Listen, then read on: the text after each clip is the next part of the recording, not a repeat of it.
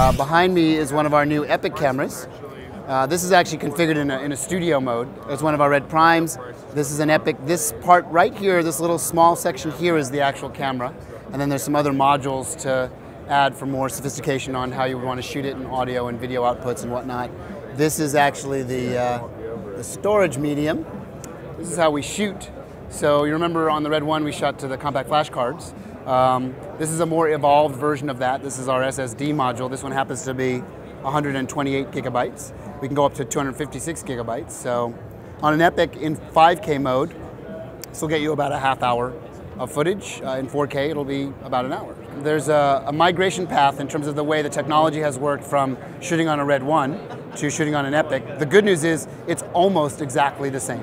You use the same tool sets, you use the same computers, use the same hardware. We build a product called the Red Rocket card, which I'm sure you know, that goes into a Mac or a PC. We have support for Final Cut, we have support for Avid, we have support for Adobe on the editing side.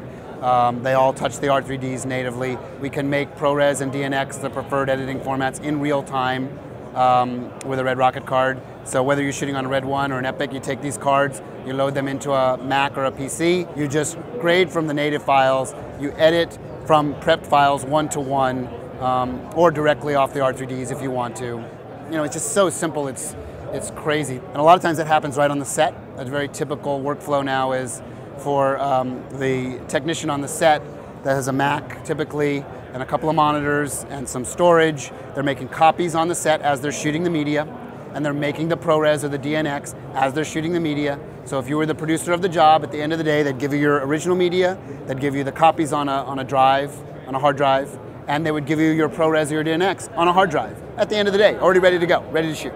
Scarlet also coming relatively soon now. It's in final stages of development. It's working, it's shooting. We have a couple out there shooting the tattoo parlor, you can see. We've taken them up in helicopters and shot. We've been doing tests with them. So they're getting very close. There is the same situation with just a few components that do come from Japan, and that's causing a little slowdown. But I anticipate in the next few months we'll have them out in the world. The Scarlet has an 8x fixed lens. It's a complete working unit, so it's designed for all kinds of work. It's incredibly sophisticated for what its price point is going to be, and what it does as a 3K 2/3 inch professional sensor in it. It shoots the red code raw, just like an Epic and a Red 1, so it's all that same good things that a Red does, but in a really affordable, like indie filmmaker package.